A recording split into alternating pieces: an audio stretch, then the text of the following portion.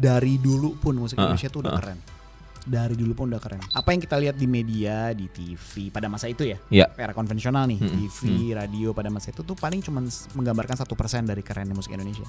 Jadi kalau saya bangun pagi, dari pagi sampai saya tidur lagi, itu dari saya bangun sampai saya tidur lagi, isi rumah saya tuh musik, nggak pernah berhenti musik tuh berbunyi. Jadi kalau orang lain mungkin ngeliat papa mamanya berangkat kerja pagi atau berangkat bareng, saya nggak pernah ngalamin berangkat bareng karena saya berangkat mereka masih tidur, tapi nanti malam saya udah mau tidur mereka baru berangkat gitu. Jadi karena mama saya juga kan penyanyi juga. Tapi kalau disuruh nyanyi bisa nggak?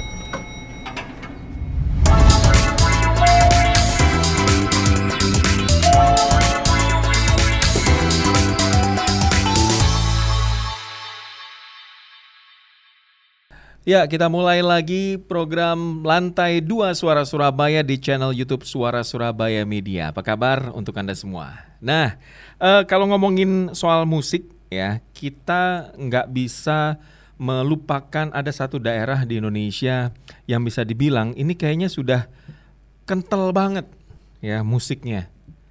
Apalagi kalau kita bakal ngobrol soal orang dari Maluku, Ambon. Nah, kita tuh kalau mau nyinggung soal musik tuh provinsi kepulauan ini tuh penghasil bisa dikatakan banyak banget musisi yang asalnya dari sana.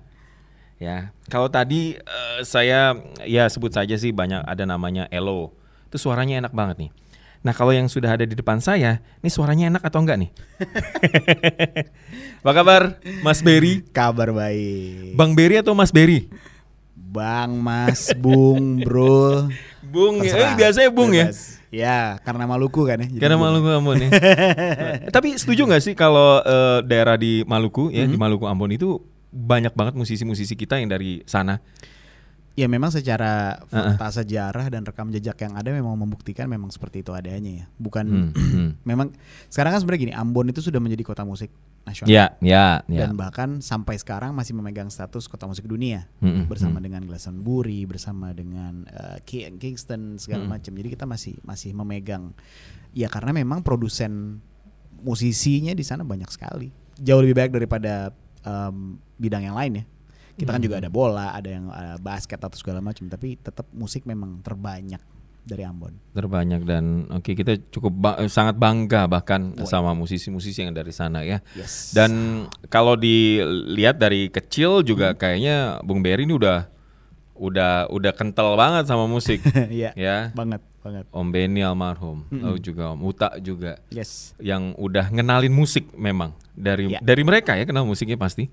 Ya, walaupun tidak secara directly gitu ya, mereka nggak dengan sengaja memperkenalkan, tapi kan memang itu gaya hidup dan memang profesi mereka sehari-hari. Saya sebagai anak, sebagai ponakan terekspos dengan itu, terbiasa melihat kegiatan bermusik, otomatis punya ketertarikan lebih akan dunia musik gitu. Jadi indirectly ya mereka memperkenalkan gitu. Tadi Bang Berry nyebut gaya hidup. Udah gaya hidup itu kayak gimana sih? Perasaan tuh kalau gaya hidup tuh tiap hari aja udah nyanyi gitu. Ya begitu adanya bener tiap hari. Jadi kalau saya bangun pagi, dari pagi sampai saya tidur lagi, itu dari saya bangun sampai saya tidur lagi, isi rumah saya tuh musik, nggak pernah berhenti musik tuh berbunyi. Oh, ada player kayak radio apapun itu, pokoknya selalu berbunyi musik. Dan memang papa saya tuh memang penggila musik sejati. Jadi dia memang tidak mengizinkan rumah kita tuh hening gitu. Pasti ada aja musik mau sepelan apapun. Dan dia tipe orang yang paling suka biarin radio nyala. Jadi kalau radio di rumah itu benar-benar literally 24 jam, nggak pernah mati. Paling volumenya aja dikecilin. Kita nggak bisa dengar, maksudnya kita nggak bisa denger yang benar-benar dengar gitu. Tapi dia akan terdengar terus gitu. Dan papa saya tipe orang yang begitu banget. Nah, kalau saya bicara gaya hidup tadi maksudnya gini, saya ngelihat papa saya bangun paling pagi, dia bangun jam 9, santai-santai ngopi, duduk-duduk sarapan, main sama saya, ngobrol, makan siang. Nanti jam 5 sore baru dia mulai siap-siap, terus berangkat. Jam 7 malam dia udah gak ada di rumah, nanti dia baru pulang setelah jam 12, pulang bawa makanan dari tempat dia kerja. Besok pagi makanan itu buat saya sarapan, buat saya berangkat sekolah. Jadi gaya hidup seperti itu yang saya akrabi setiap hari. Selain hanya musiknya berbunyi, saya juga melihat papa saya tiap hari gaya kerjanya seperti itu. Jadi yang tadi saya bilang gaya hidup tuh mencakup itu juga gitu. Jadi kalau orang lain mungkin ngeliat papa mamanya berangkat kerja pagi atau berangkat bareng, saya nggak pernah ngalamin berangkat bareng karena saya berangkat mereka masih tidur, tapi nanti malam saya udah mau tidur mereka baru berangkat gitu. Jadi karena mama saya juga kan penyanyi juga gitu. Jadi ya itu gaya hidup yang saya resapi setiap hari dan saya hidupi setiap hari gitu. Tapi kalau disuruh nyanyi bisa nggak? Jangan. Kalau saya bisa nyanyi saya jadi penyanyi dari dulu. Lebih gede bayarannya. Enggak, bercanda. Loh, tapi belum pernah sama sekali nyoba nyanyi. Nyoba jadi vokalis gitu belum pernah. Enggak, karena memang saya gini. Saya tuh tipe orang yang pertama saya idealistik banget, dan saya pun orang yang sangat objektif. Bahkan untuk diri saya sendiri pun saya sangat objektif. Saya tahu kalau ditanya saya bisa nyanyi, bisa. Fales enggak lah ya. Fales enggak lah, saya bisa jadi enggak fales. Tahu nada iya, tapi memang vokal itu bukan instrumen saya gitu. Saya bisa melatihnya kalau saya mau, tapi kenapa harus saya gitu kan? Kalau yang lain bisa, yang lain bisa lebih bagus, kenapa harus saya gitu? Jadi dan saya merasa saya punya lebih banyak lebih banyak cara saya berekspresi melalui instrumen saya, melalui bass gitu dibanding melalui vokal gitu. Oke, dan siapa yang kenalin bass pertama kali? Papa saya itu kan multi instrumentalis ya. Dia main flute juga, dia main trombon, dia main bass juga. Jadi saya cukup sering melihat beliau bermain bass. Tapi kalau boleh dibilang yang membuat saya tertarik bermain bass itu memang salah satunya selain beliau ada Om Yance Manusama. Dan juga saya melihat dulu performance-nya John Patitucci bareng sama Chico Rea waktu mereka datang ke Indonesia tahun 94 kalau saya nggak salah. Kiblatnya udah susah banget ya. Karena udah legend ya. Itu karena kan saya datangnya di event-event seperti itu, jazz festival pada tahun segitu. Jadi ya itu yang membuat saya terasing di sekolah, karena yang saya suka bukan yang teman-teman saya suka gitu. Kayak saya ditanya tentang GRP Records, wow, hafal banget saya. Lu mau sebut siapa? Dave Grusin, Bob James, Lirih Tenur, Chico Rea, saya hafal banget. Tapi kalau begitu yang lain kayak Oasis apa pada masa itu, Blur, saya nggak ngerti ini musik apaan gitu, saya nggak paham gitu. Jadi tapi waktu itu memang ya kata Oasis, Blur itu kan lagi hits banget. Yes. Tapi sama sekali nggak kena ke Anda, Bung. Akhirnya tanda kutip ya, saya suka kok musiknya. Tapi pada masa itu jadi terpaksa suka. Karena teman-teman yang lain semua sukanya itu kan. Dan kalau saya nggak suka itu, saya nggak punya teman main. Nggak punya teman, terkucilkan. Literally dalam bermain sehari-hari maupun ketika bermain musik. Karena saya mau main musik sama siapa kalau nggak ada. Saya mau nggak mau harus mainin lagu-lagu yang mereka bisa mainin dong. Don't Look Back in Anger lah, Song 2 lah. Kalau sekarang merem kayaknya mainin itu.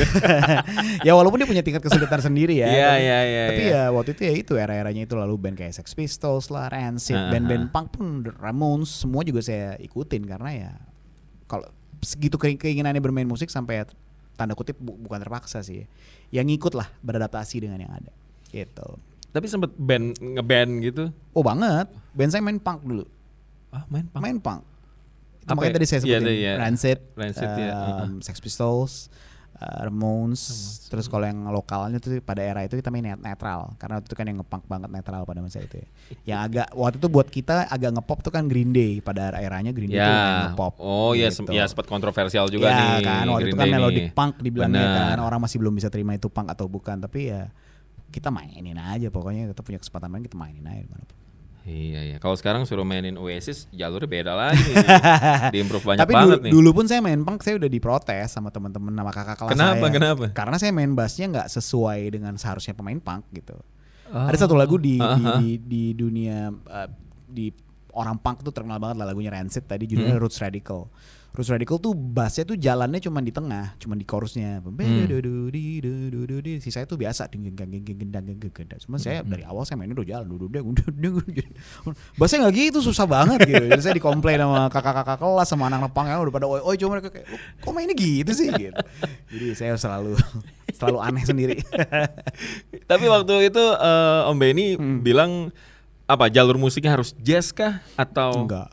Karena papa saya itu kan tadi saya bilang penggila musik, jadi dia nggak pernah kotak-kotakin musik sama sekali, nggak pernah. Sekalipun dia nggak pernah kotak. Dan dia pun kan terkenal dengan dia main sama The Rollies gitu. Kurang psychedelic apa musik? Iya benar. Rock banget lah. Segitu psychedelic banget. Dan dia justru dia sangat menginspirasi saya untuk hal-hal seperti itu gitu. Karena dia nggak pernah kotak-kotakin. Seru itu, asik tuh gitu. Buat dia keren aja. Yang penting lo main musik, just do it gitu. Yang penting ketika lo lakukan sesuatu, lakukan yang terbaik gitu. Itu selalu kata-katanya dia. Jadi itu yang membuat saya selalu terbuka dengan berbagai jenis musik, dan saya nggak pernah mau kotak-kotakin gitu. Karena musik tuh terlalu berharga buat kita kotak-kotakin. Terlalu keren gitu. Maksudnya semua orang punya ekspresinya masing-masing gitu. Iya. Kalau aku lihat ya dari awal di album Godspell itu juga, tapi kental banget funknya. Funk jazz apa kalau bisa namain seorang Barry Licu ini mainnya di jalur apa sih? Waktu itu juga saya jujur bingung pas lagi rilis album gitu. Karena kan saya bikin musik bikin aja kan. Iya. Saya konsultasi sama papa waktu itu almarhum. Saya ngobrol satu meja makan sama dia, "Pak, dengerin deh lagu-lagu ini. Menurut papa nih jazz gak sih?" gitu. Dia dengerin kan. Jazz kok. Ini jazz banyak yang kayak gini gitu. Oh iya. Kalau misalnya kita masukin kategori kita sebutnya apa nih, Pak? Apa ya, dia bilang, ya ini sebenarnya fusion, dia bilang, tapi kalau kamu mau gampang bilangnya funk jazz aja. Funk jazz. Semenjak itulah gara-gara dia yang ngomong saya bilang oke, let's just call it funk jazz berarti kalau gitu. Karena ada funknya, ada jazznya. Karena kalau kita bilang fusion, ya mungkin sedikit edukasi juga buat yang doyan jazz gitu atau baru belajar jazz. Fusion itu karena dimulai sekitar tahun 70-an ya dengan Beaches Brew albumnya Miles Davis, lalu berkembang ada eranya sama Vishnu Orchestra, eranya Return to Forever, Weather Report. Akhirnya menjadi satu warna tersendiri gitu. Sehingga ketika orang ngomong fusion warnanya harus kayak gitu bunyinya. Nah, kalau kotak secara jadi kotak genre tersendiri. Padahal artinya waktu itu kan fusion gabungan ya. Semua jenis musik, ada jazz, rock, apa semua disebutnya fusion. Cuman karena dia menjadi satu branch tersendiri, akhirnya orang menghindari sebutan fusion kalau di luar itu. Jadi orang bilangnya tadi funk jazz atau jazz crossover. Gitu. Iya. Nah, dari keluarga kan suruh milih, akhirnya terpilihlah instrumen bass. Ada yang ngajarin nggak sih? Nggak ada.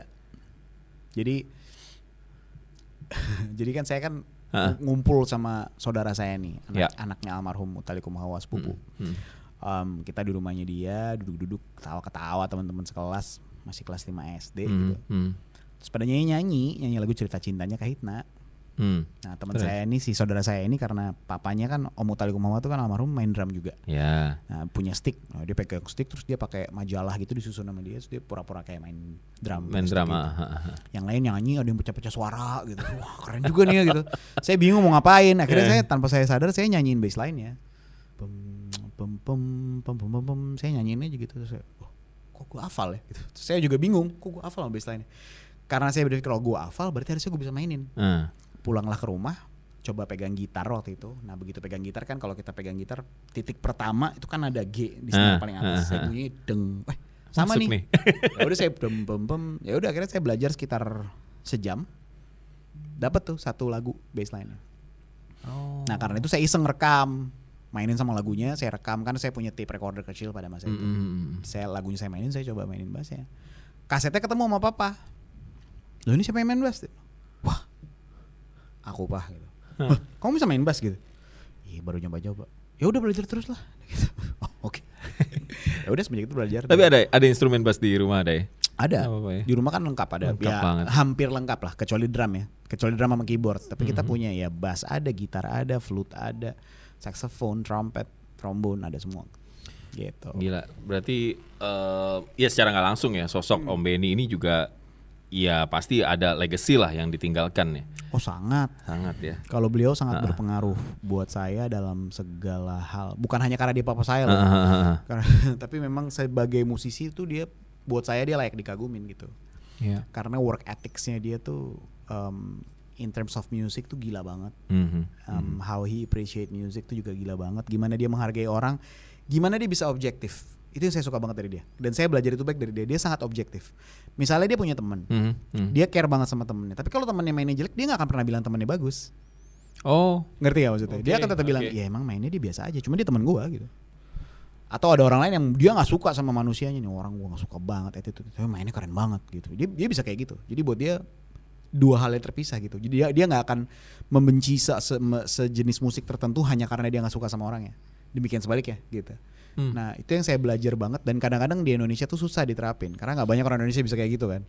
Kayak buat mereka kalau gue nggak suka orangnya, gue juga nggak suka musiknya gitu. Atau kalau gue suka orangnya, ya terpaksa gue juga suka musiknya gitu. Nah karena saya kebiasaan atau papa saya kayak gitu, saya jadi kayak gitu. Dan akhirnya saya jadi dianggap aneh lagi gitu. Karena kayak ini orang beda banget sih gitu, kayak ya gitu deh. Orang suka nganggapnya saya nggak support gitu. Misalnya, karena walaupun temen nih gitu, dia bikin karya, cuma menurut saya karyanya biasa aja gitu. Saya nggak akan tipe yang keren banget, nggak mungkin, itu bukan saya banget. Tapi kalau keren, saya akan bilang tuh keren banget gitu. Jadi di satu sisi kayak saya kasih tahu ke teman-teman terdekat saya, ketika gue muji lo, itu pujian yang sincere, karena gue jarang muji. Kalau memang itu bagus, gue akan puji. Kalau jelek, ya gue diem aja. Itu yang bisa ngejaga konsistensi dan akhirnya skill musik atau ya tadi ya musiknya dari seorang Berry itu berkembang ya. Atau dari seorang musisi di Indonesia berkembang lah ya. In a sense iya, karena kalau kita jujur dalam hal musik seperti itu, kita kita nggak clouded gitu judgementnya. Yeah. Judgement kita akan terjadi karena memang kita menghargai musiknya. Nah akhirnya buat saya pribadi itu membantu saya dalam banyak hal di pekerjaan saya sendiri kan. Kadang sekarang belakangan ini kan saya paling sering either jadi juri kompetisi atau jadi kurator. Nah akhirnya saya jadi bisa bedain mau temen gue masukin, tapi kalau menurut gue karyanya biasa aja gue gak akan pilih gitu. Tapi giliran ada band lain yang saya gak tahu dari antah berantah cuma keren banget, ya saya akan pilih gitu. As simple as that sih gitu. Nah buat saya itu buat saya pribadi ya, gak harus berlaku ke semua orang gitu. Cuman kalau buat saya pribadi itu sangat membantu. Nah kalau tadi jadi kurator, jadi juri gitu ya. Kalau dilihat sekarang perkembangan musiknya di Indonesia gimana sih, Bung? Wah, musik Indonesia gini. Dari dulu pun musik Indonesia tuh udah keren. Dari dulu pun udah keren. Saya ingat pernah ngebahas ini sama Mas Indra Lesmana sekitar 10 tahun lalu lah kita bahas bahwa apa yang kita lihat di media, di TV pada masa itu ya, era konvensional nih, TV, radio pada masa itu tuh paling cuma menggambarkan 1% dari kerennya musik Indonesia. Karena itu kan bicara soal jualan, bicara soal kapital, bicara soal sesuatu yang komersil. Tapi sisa 99% itu jarang terekspos. Nah tapi berkembang kalau kita lihat sekarang 10 tahun kemudian setelah saya ngobrol 10 tahun lalu, eranya kan udah beda banget nih.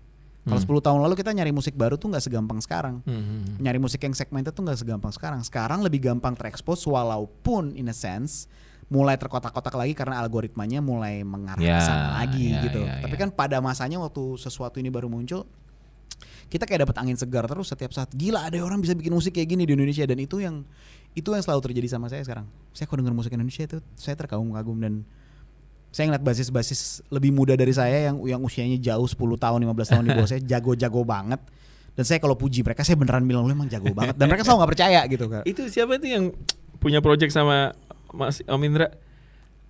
Syahdu Rasidi. Ya, aduh. Jago banget. Itu jago. Ada lagi yang baru-baru nih, Samuel Song. Belum Samuel Song dari Kelapa Muda Band. Ada lagi TJ Dika dari Little Fingers. Banyak banget basis Indonesia yang jujur kalau saya nonton mereka gitu, saya bisa bilang kayaknya gue pensiun sih udah aman sih gitu. Karena bagus banget gitu, dan saya nggak pernah bohong. Saya bilang kalau gue muji, kalau gue muji itu sincere ya, karena menurut gue emang bagus. Gue bukan puji-puji lo supaya gue kelihatan kayak orang yang rendah hati yang baik. Gue emang muji lo karena lo emang keren. Dan kalau gue bilang gue terpukul sama permainan lo, gue terpukul beneran. Karena menurut gue lo emang keren gitu. Tapi kan bagus relatif tuh, Bung.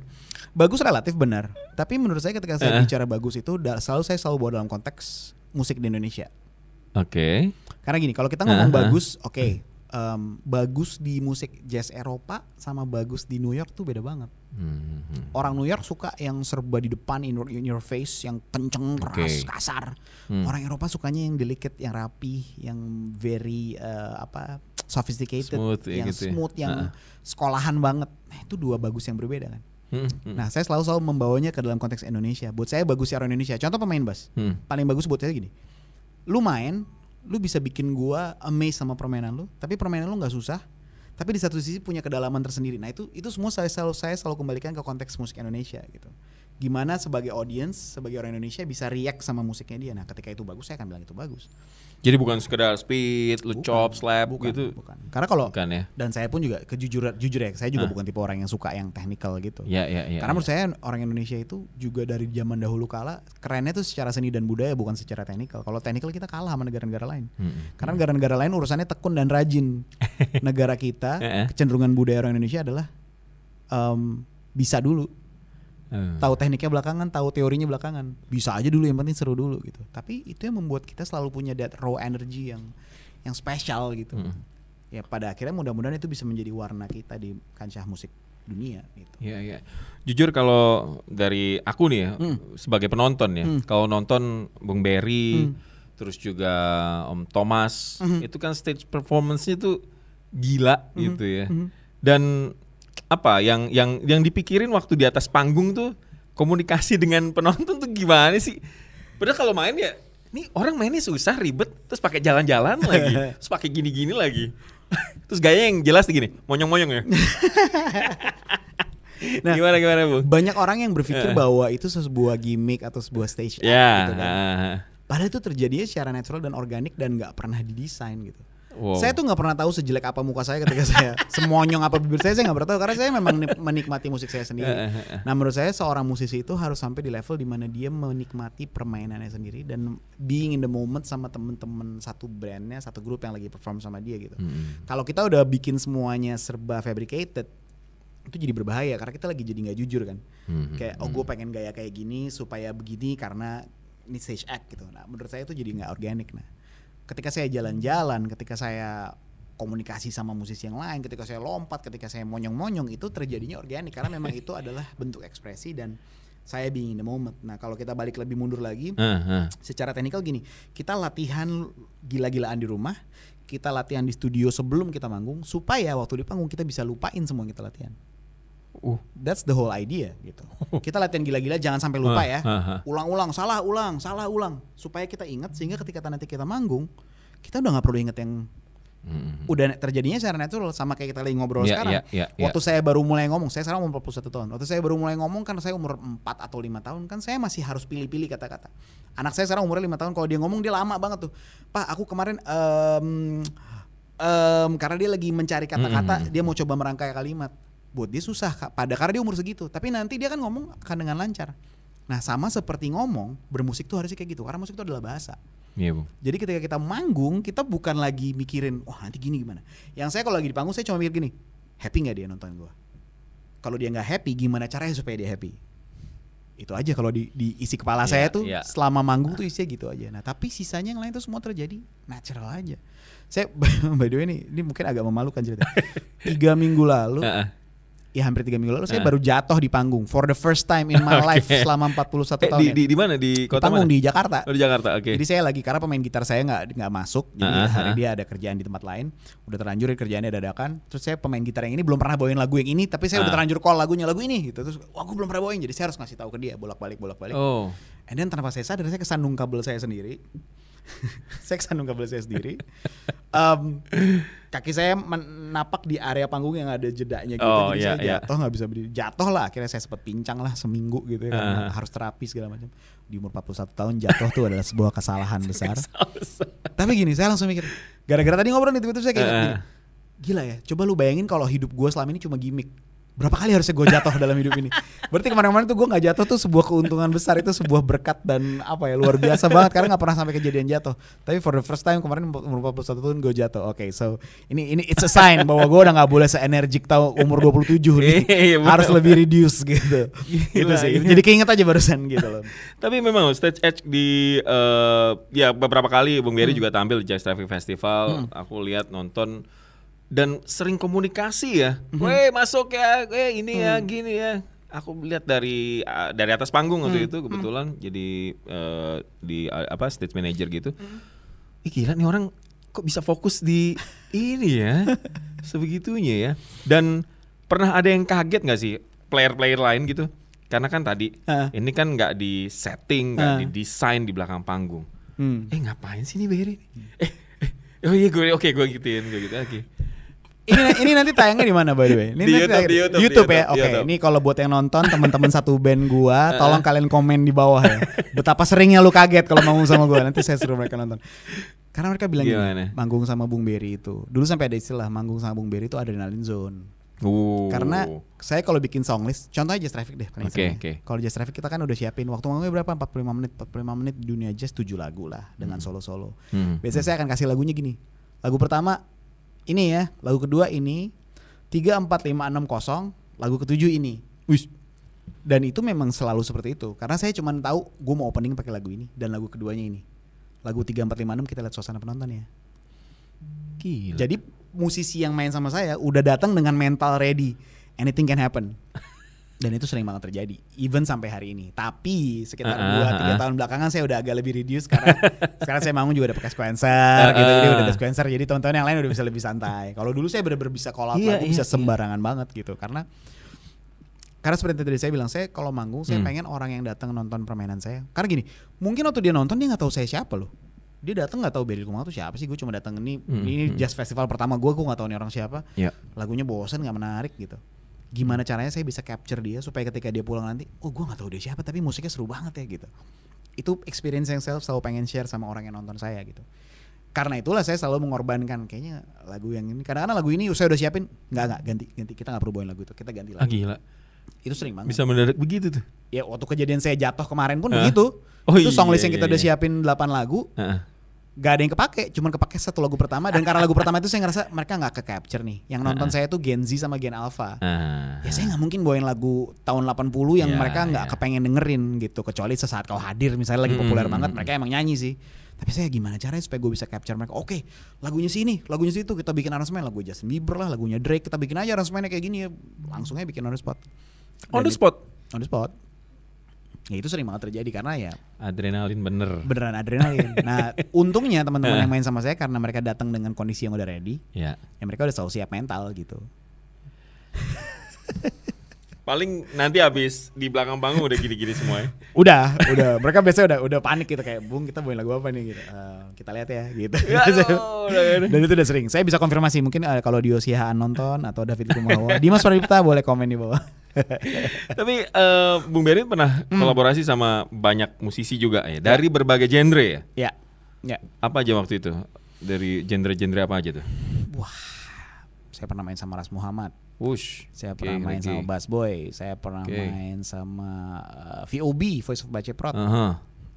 Saya pernah main sama siapa lagi ya? Wah, tiba-tiba blank nih kode kayak gini. Tapi tetap ya dimasukin stylenya seorang Berry tuh tetap masuk ya. Ya karena balik ke tadi saya bilang bahwa musik itu bahasa gitu. Karena musik itu bahasa, jadi seharusnya dengan siapapun kita bermusik kita kayak berkomunikasi aja kan basically. Kita nggak perlu mendadak jadi ngikutin permainannya mereka juga. Maksudnya gini, kita punya satu rules atau satu pakem atau satu benang merah yang memang kita sama-sama mainin. Tapi kan cara saya memainkannya, cara saya delivernya boleh dengan cara saya sendiri gitu. Karena itu cara saya ngomong gitu. Ya contoh paling gampang, denger orang Jawa, denger orang Jakarta sama orang Manado ngomong gue itu beda banget. Gue Jawa, gua Betawi Jakarta, Manado gue gitu, ada ujungnya gitu. Jadi itu pasti cara ngomongnya beda-beda karena ya culture-nya beda gitu. Tapi kan bahasanya sama berusaha ya.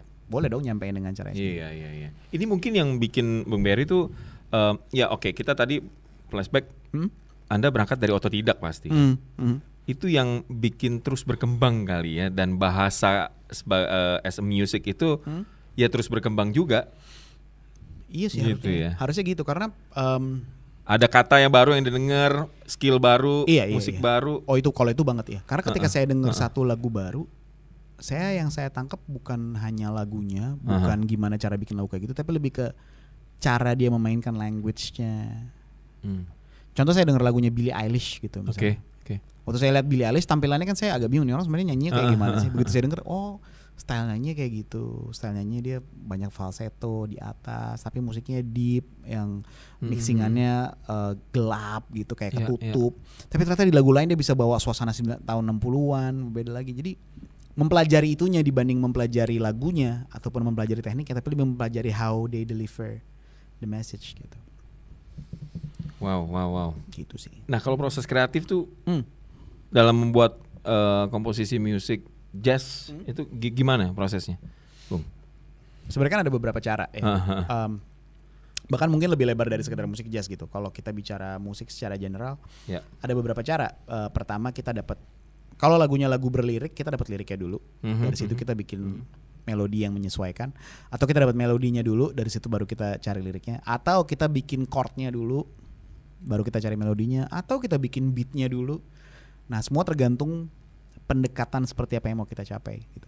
Nah cuman kalau saya pribadi paling sering menciptakan lagu dari ngejam sama diri sendiri. Misalnya saya lagi main bass sendirian gitu, terus dapat lines asik nih, saya rekam. Oh kayaknya asik nih kalau mainnya kayak gini, lalu membayangkan itu menjadi sebuah lagu, dibayangkan dimainkan sama orang, lalu bikin pre-pro-nya bisa jadi. Biasanya kan nulis kayak note-nya gini, terus tabulasinya begini gitu. Nulis juga? Kadang-kadang. Kalau lagi nggak punya alat rekam yang memadai, saya biasanya nulis biar gampang ingetnya gitu. Tapi kalau misalnya punya alat rekam, saya lebih gampang rekam. Karena kalau saya ngerekam, saya bisa misalnya saya bisa gini, kayak drumnya gini ya, kita nanti bassnya gini, bong kita nanti chord ininya gini gitu. Saya bisa nyanyiin, nanti ketika saya dengar saya tinggal bikin ulang aja apa yang saya udah nyanyiin kan. Most of the time kayak gitu. Kok sebegitu gampangnya sih? Tapi itu kan terjadinya juga nggak tiap hari, itu bisa kayak 4 bulan sekali baru dapat inspirasi. Kadang-kadang ada lagu-lagu yang saya pernah bikin lagu, bayangin lagu saya ciptain tahun 2014. udah jadi tahun 2014. Tapi saya baru rekam lagunya tahun 2020. 2019, rilisnya 2020. Oke. Karena waktu pas saya ketemu sama orang ini terus gue mau main satu lagu sama lu nih, pemain saxophone dari luar namanya Kirk Whalum. Gue mau main lagu apa? Judulnya Trust and Faith. Oke. Jadi karena kita ketemu di Java Jazz, terus dia bilang, gue mau dong kolaborasi sama lu. Dia yang nawarin, serius iya. Gue mau lu main di lagu gue nggak bisa bayar lu, tapi nanti gue main di lagu lu.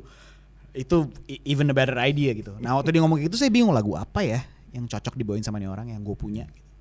Terus berarti keinget lagu itu, gue kayak pernah punya lagu tahun segini, coba cari filenya, ada rekamannya, ini dia nih lagunya gitu. Baru saya kerjain di tahun 2019. Jadi jaraknya 5 tahun kemudian. Itu bisa terjadi kayak gitu.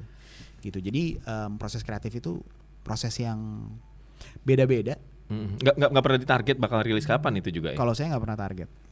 Kumpulin aja dulu gitu ya? Kumpulin dulu. Karena kalau menurut saya kejujuran dalam berbuat karya itu penting banget kan. Dalam kita menciptakan sebuah karya. Nah tapi kadang-kadang ada kalanya juga ketika kita under pressure tuh malah lebih bagus. Jadi beda-beda banget sih. Apa ini artinya juga ada tema atau mood yang juga coba dimunculkan di bass line-nya seorang Berry ya? Bisa banget. Bisa seperti itu. Bisa moodnya ditambahkan kemudian juga bisa. Bisa kayak gitu. Misalnya saya nyitain lines seperti sesuatu gitu, kayak awalnya pengennya nggak kayak gitu, cuman setelah saya coba deh kalau gua kesini bisa nggak ya, itu bisa kayak gitu. Jadi karena saya tipe orang yang nggak pernah mau membatasi diri saya sendiri gitu. Karena kalau saya kotakin diri saya sendiri nanti saya stuck gitu, jadinya itu aja gitu. Tapi saya selalu coba kalau kali ini kayak gini gimana ya gitu. Saya pernah bikin lagu gara-gara cuma ngedenger suasana di sekitar. Jadi itu saya pergi tahun 2014 saya ikut kayak semacam program pertukaran musisi, bukan pertukaran sih, cultural exchange gitulah. Jadi saya berangkat ke San Francisco bareng sama musisi-musisi lain dari 25 negara, dari 17 negara yang berbeda, 25 musisi. Nah tiap hari itu saya denger instrumen musik dari negara yang beda-beda, dari Kolombia ada yang main apa, dari Afrika, Zimbabwe ada yang main apa, dari South Africa, dari Amerika gitu. Saya denger bunyi-bunyian, terus tempat saya stay namanya di daerah Saratoga di LA, di San Diego, di San Jose. Nama daerahnya Montalvo. Terus saya berpikir gitu, gila nih bunyi-bunyian lucu banget ya. Montalvo Sounds. Saya dapat judulnya dulu. Montalvo Sounds. Terus saya denger, wah sini lagi main ini. Saya bikin lagu on the spot. Abis itu lagunya saya ciptain itu 2014, baru saya rilis tahun 2016, rekamannya 2015 gitu. Tapi bunyi-bunyiannya udah tercipta dari itu hasil mendengar orang latihan, orang di kamar sebelah lagi ada yang lagi latihan trombon, ada yang lagi latihan perkusi. Saya denger bunyinya semua, saya gabungin gitu. Akhirnya jadi satu bunyi, Montalvo Sounds. Nah itu ada di album saya yang Octonary judulnya. Wah ini abis ini banyak yang nyari nih. Coba denger Montalvo Sounds. Sama seperti kayaknya menentukan judul Walk with the Bass ya.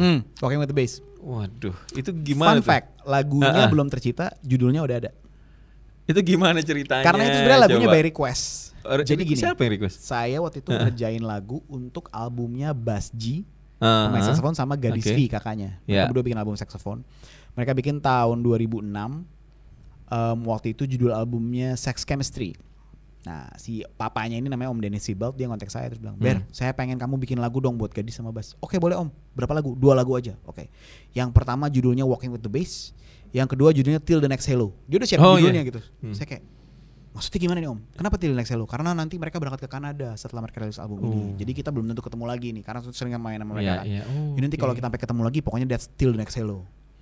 Oke, yang satu lagi Om, Walking with the Bass. Kenapa? Ya karena saya ngebayangin kamu jalan sama mereka, dan itu jadi Walking with the Bass gitu, jalan sama kamu gitu sebagai basis. Oke. Jadi saya cuma dikasih judul lagu.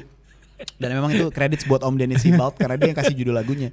Dari judul lagu itu saya ngebayangin, oke, kalau jalan tuh bunyinya gimana, Pak?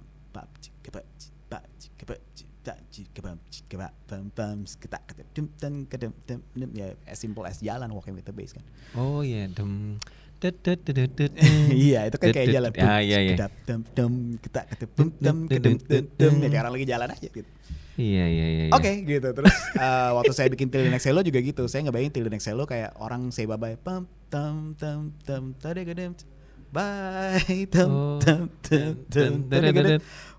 as simple as gitu doang aja. Dari situlah jadi lagu. Iya. Tahu nih berarti lagunya. Iya tahu dong. Gini. Aku tuh suka banget dengerin instrumen, apalagi yang bassnya tuh yang gitu loh. Oke. Ya salah satunya ya, yang kalau lagi bete, lagi di motor atau di mobil gitu. Udah, kalau nggak bareng istri ya. Iya, Karena iya. istri pasti lagunya beda nih. Beda. Yang nguasain pasti Yang istri nguasain nih. beda. Kalau saya anak sekarang. Yang nguasain anak spot. Apa, Cocomelon? Wah, enggak. Kalau dia untungnya dia bukan Cocomelon. Apa? Tapi dia bisa dengerin apapun yang lagi dia dengerin. Soundtrack film apa dia lagi suka banget, itu dia bisa dengerin berulang-ulang. Ini saya lagi dengerin soundtrack film apa terakhir yang dia nonton tuh. Gila, Setiap hari gitu. Ulang gitu. Jadi saya udah put on repeat, udah suka-suka lo gitu. Jadi kalau sehari-hari mobil dikuasai sama anak saya Jeremiah. Tapi bener loh, instrumen itu tuh apa ya, bisa ya kita bisa ngebayangin. Tapi nggak tahu nih, aku perlu minta maaf apa enggak. Itu tuh aku kalau lagi dengerin Bung Berry main tuh ya, itu tuh aku berasa gue nih yang main bass nih. Oh ya? Gue gantiin Bung Berry nih kayaknya. Oh, that's new. Itu baru tuh. Saya baru dengar tuh. Tapi lucu. Ya, enak banget loh. Oh ya? Serius. Tapi kok bisa ya jalan terus gitu ya? Nggak ada berhentinya loh. Kok bisa ya? Saya juga suka bingung kalau ditanya kayak gitu sama orang. Cuman gimana? Karena itu bagian dari nyanyian gitu. Jadi ketika saya memainkan itu, saya menyanyikan apa yang saya mainkan. Nah, most of the time apa yang saya rekam, saya aja kadang nggak bisa ulang yang saya mainin, yang saya rekam. Oh, itu yang pengen gue tanyain tuh. Nah, ya, bisa nggak itu ulang? Saya paling nggak bisa lip sync, makanya bukan lip sync, finger sync. Itu saya paling benci kalau kebagian. Dulu suka dapat gig pagi-pagi di stasiun TV gitu kan. Tapi kita nggak bisa live ya. Jadi ya -1. Terus yang nyanyi cuma vokalisnya doang. Saya juga dong, itu -2 deh. Jadi saya juga main gitu. Nggak bisa mas gitu. Ya finger sync ya. Wah, saya bingung banget. Karena saya nggak tahu saya main apa, waktu rekaman saya udah gak inget gitu. Palingnya cuma basic kayak tam ya bisa. Tapi in betweennya saya ngapain itu kadang berubah-ubah karena tergantung suasana kan gitu. Jadi ya itu repotnya. Nah, seorang Berry Liku yang sempat agak terbebani dengan nama Liku Mahua ya. Waktu di awal-awal gitu ya Bung ya. Akhirnya ya udah Papa bilang, udah lah, lu harus bawa ini kebanggaan ya. Itu apa yang membuat akhirnya sadar kalau seorang nama Liku Mahua itu harus tersematkan sesudah nama Berry? Driving force utamanya karena Papa sedih sebenarnya. Jadi bukan karena alasan lain. As simple as karena Papa sedih. Jadi kan ya saya ngerasa waktu saya awal mulai karir tuh, jujur ini nggak tahu ya kalau buat teman-teman lain mungkin nggak setuju. Tapi kalau saya nggak nyaman dengan kondisi saya dispesialkan gitu. Misalnya saya datang ke studio, orang kan di dunia musik tuh senioritas kan kayak lumayan, kalau yang udah tua gitu kan lumayan songong, agak jutek, which is it's fine gitu. Saya itu mental kita harus dilatih kayak gitu juga. Cuman begitu dia tahu, oh siapa? Oh anaknya, oh ini begitu, ini anaknya Om Benny. Hah? Anaknya Om Benny? Wah langsung berubah. Gimana Papa? Langsung gitu kayak, tadi lu jutek kamu. Saya kadang suka, kadang saya suka gak, ya udah sih nggak apa-apa jutek aja gitu. Saya dulu pernah belajar di satu kursus musik di Jakarta. Gurunya marah-marah banget gara-gara saya nggak bisa ngerjain tugas gitu. Saya bentar-bentar saya nggak dapet nih mas, sorry mas gitu. Gimana sih kamu? Dia marah, dia turun ke bawah. Rupanya di bawah dikasih tahu sama resepsionis di bawah, itu anaknya Benny Likumahua. Dia balik lagi, maafin saya ya, jangan bilang papa gitu. Gitu. Nah gara-gara kayak gitu kan saya jadi males gitu dapat perlakuan spesial. Karena gini, buat saya itu nggak membangun buat saya jadi manja nanti gitu. Karena gue nggak bisa bedain lu sebenarnya menerima. Ya mungkin karena balik lagi karena saya diajar untuk selalu objektif sama papa ya. Jadi kayak saya kayak, lu sebenarnya beneran suka sama gue karena emang gue bisa main, atau cuman karena lo takut sama bokap gue nih gitu. Nah untuk menghindari itulah saya pakai nama Berry Liku. Manggung di sebuah acara musical, acara Broadway. Jadi ada sebuah komunitas Broadway di Jakarta, bawain project West Side Story. Saya main bass. Buku acara, pas di buku acara papa saya datang, saya dapat tiket gratis, nonton lah, papa mama datangnya nonton. Mereka nonton, pas mereka baca buku acara, papa saya kaget, bass Berry Liku. Oh dia sedih, kan saya anak satu-satunya cowok, anaknya dia yang sebelumnya kan cewek-cewek 2 orang, which is nggak meneruskan nama Liku Mahua dong. Begitu dia nanya ke mama saya gitu, kok si Berry nggak mau pakai nama Liku Mahua ya gitu. Wah nggak tahu deh, coba kamu tanya aja, kamu tanyain dong gitu. Ya mama menanyakan gitu, kenapa sih? Si papa sedih tuh, ya nggak tega juga kalau dia sedih gitu. Ya udah pakai lagi nama Liku Mahua. Itu awal mulanya sesimpel itu sih, karena nggak mau dia sedih. Tapi ya along the way juga saya jadi menyadari kayak, ya udah sih ya, gue nggak bisa hindarin juga memang gue anaknya Benny Likumahua gitu. Dan ketika Ada juga kok pada akhirnya beberapa waktu kemudian ada yang enak lu kan anaknya Benny Likumahua gitu. Ada juga yang ngomong kayak gitu. Gitu. Dan waktu itu saya as simple as ya mau gua anaknya Miles Davis, kalau gua nggak bisa main, gua nggak bisa main aja bro gitu. Buktinya gua sekarang main karena gua bisa main, bukan karena gua anaknya Benny Likumahua gitu. Jadi akhirnya saya lebih berani waktu gitu setelahnya kayak udah pakai aja, emang toh itu emang nama gua gitu. Tapi Om Benny tuh pernah ngomong selain musik nggak sih? Entah itu soal kehidupan sama loh, justru gini, papa saya itu hidupnya adalah musik, musiknya adalah hidup. Jadi dia nggak pernah ngomong musik spesifik terus kita ngomongin tangga nada, nggak pernah sekalipun. Yang kita bahas pasti kehidupan. Yang which is itu ya musik adalah hidup. Saling bertautan gitu. Musik, iya. Jadi dia kalau ngomong, ya kamu dengar gak tadi si John Coltrane solo bagus banget ya, dia solo tuh kayak dia nggak akan cerita tadi dia pakai scale ini, abis itu dia pindah, enggak, dia nggak pernah ngomong kayak gitu. Yang dia bahas adalah kamu dengar gak gimana tadi dia powernya, cara dia nge-build upnya. Jadi itu yang selalu dibahas.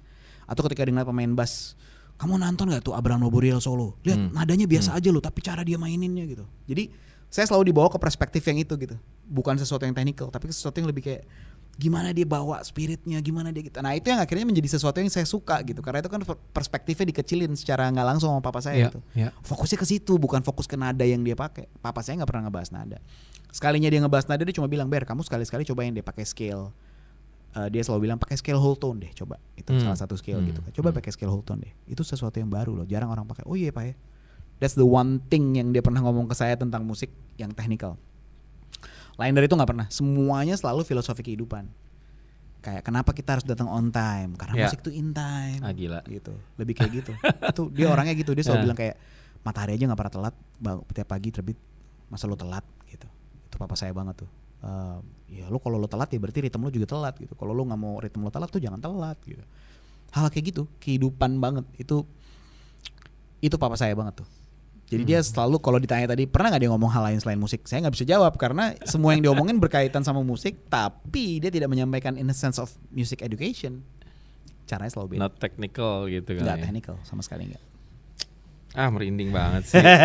Pernah ngalamin gitu, ya ngobrol sama beliau, jadi tahu rasanya. Pasti. Aku tuh sekali ngobrol sama Om Benny waktu, ya masih jadi anak baru di SS, waktu wawancara beliau. Om, gimana Om? Waktu tampil di zaman sekarang sama zaman dulu. Zaman sekarang mah enak. Zaman dulu itu cuma ada 2-3 penikmat jazz. Ya. Benar. Terus Om gimana Om? Beruntung harusnya anak-anak sekarang, musisi-musisi sekarang harus bisa lebih berkembang. Ya. Dia ngomongin begitu. Emang saya bilang, sangat masuk akal. Karena cerita yang dia pernah share ke saya adalah dia manggung big band 30 orang. Ya. Yang nonton 3 orang. Ya bener. Ya kan? Pasti tahu cerita itu. Karena itu emang fakta yang dialamin. Dan dia cerita, kamu tahu gak Ber, 3 orang itu bayar tiket masuknya berapa seorang? Berapa Pak? 2.000 itu dibagi 2. Satu setengahnya Taman Ismail Marzuki, 3.000-nya Taman Ismail Marzuki, 3.000-nya kan jadi total 3 orang kan berarti 6.000 ya. Iya. 6.000 dibagi 2, 3.000-nya Taman Ismail Marzuki, 3.000-nya musisi. Ya kamu bagi aja 3.000 kali 30 musisi belum kru tuh, paling 100 perak seorang, pulang makan soto aja udah, dia bilang gitu. Saya ketawa pas dia dengar cerita, cuman saya bilang gila perjuangan. Ya mungkin karena saya dengar cerita yang kayak gitu membuat saya selalu lebih menghargai jalan yang udah dibuka sama para senior, nama-nama kayak Papa almarhum, kayak Benny Mustafa, Jack Lesmana, Bubi Chen. Ya, Bubi Chen. Orang-orang hebat ini yang Ulo Patislano bersaudara, mereka semua, Embong Raharjo, Mariono, mereka semua ngebuka jalan buat kita. Kalau nggak ada mereka nggak ada saya, Ireng Maulana, Kibut Maulana, nggak ada mereka nggak ada saya, nggak ada kita semua. Pernah kebayang nggak sih waktu tampil di atas panggung, terus kayak keinget papa tuh kayak di bawah lagi nonton gitu? Dulu pasti sering dong nonton. Sering banget. Dan satu hal yang selalu saya syukurin adalah saya belajar ini dari almarhum Glenn sebenarnya. Glenn Fredly kan bikin tanda mata pertama tahun 2016 untuk Mama Ute. Dan dia bilang gini, saya nggak mau bikin tribute ke orang ketika orangnya udah nggak ada. Saya mau bikin tribute pas orangnya masih ada biar orang bisa nonton. Itulah alasan dia bikin tanda mata waktu itu. Gara-gara dia ngomong gitu saya inspired banget. Waktu papa mulai sakit 2018-2019 saya kepikiran, gue pengen bikin tribute buat bokap gue. Mumpung bokap gue masih ada. Dan itu kesampaian saya bikin sekali tahun 2019 di Icon Studio Live. Waktu itu kita bikin Freedom Jazz Festival. Saya bikin Likumahua Jazz Connection. Papa saya kan nama bandnya Benny Likumahua Jazz Connection. Saya ganti cuma jadi Likumahua Jazz Connection. Di semua orang yang pernah main sama dia saya kumpulin, anak-anak mudanya. Begitu main lagu dia nonton. waktu itu udah di kursi roda. Jadi saya bersyukur banget dia masih sempat nonton. And then yang kedua kita di Java Jazz, saya bikin yang sama persis. Tapi surprise-nya waktu itu band saya zaman dulu BLP, saya bikin reunion. Oh, BLP reunion. Jadi dia surprised banget gitu dan dia nangis. Nah itu momen terakhir papa nonton saya manggung 2020 pas sebelum pandemi tuh. Pas banget. Jadi kalau ditanya masih suka keinget gak? Masih banget.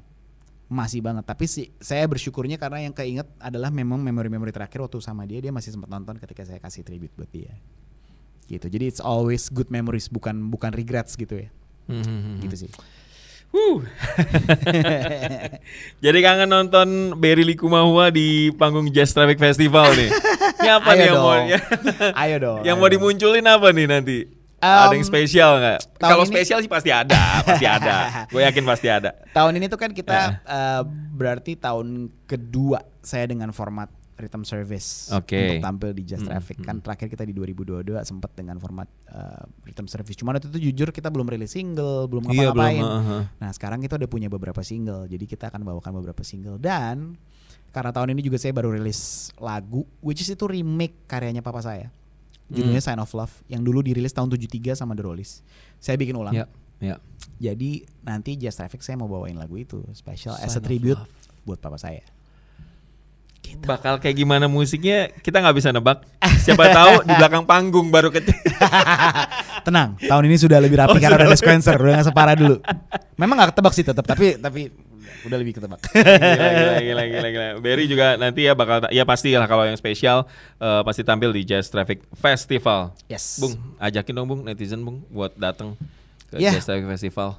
Buat teman-teman, buat para penikmat jazz atau penikmat musik pada umumnya jangan lupa untuk hadir di Jazz Traffic Festival tanggal 14 dan 15 September 2024. Kita bersenang-senang bareng-bareng, kita nikmati musik sama-sama, kita apresiasi musik Indonesia. Sampai ketemu. Bung, thank you banget udah ngobrol. Sama-sama. Dari yang dalam, agak dalam sampai dalam banget. Makasih ya Bung ya. Sama-sama. Sukses Bung. Terus berkarya. Amin. Biar bisa nemenin saya kalau lagi bete. Siap. Makasih Bung. Thank you.